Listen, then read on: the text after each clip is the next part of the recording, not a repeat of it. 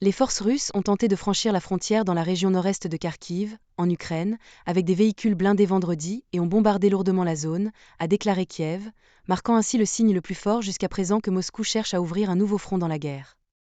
L'Ukraine a repoussé l'attaque blindée, mais les combats ont éclaté dans les zones frontalières de la région de Kharkiv, et Kiev a envoyé des renforts dans la région, a déclaré le ministère de la Défense dans un communiqué.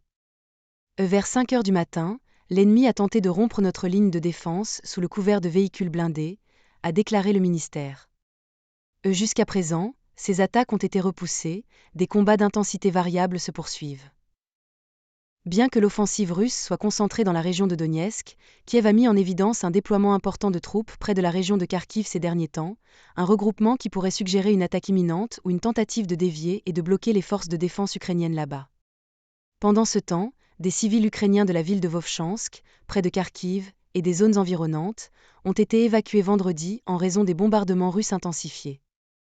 La plupart ont quitté par leurs propres moyens, mais des mesures ont été prises pour organiser le transport pour ceux qui n'ont pas cette possibilité.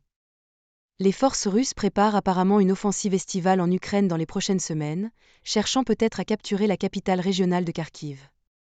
Mais des hauts responsables militaires ukrainiens affirment que la Russie ne dispose pas des ressources nécessaires pour cela.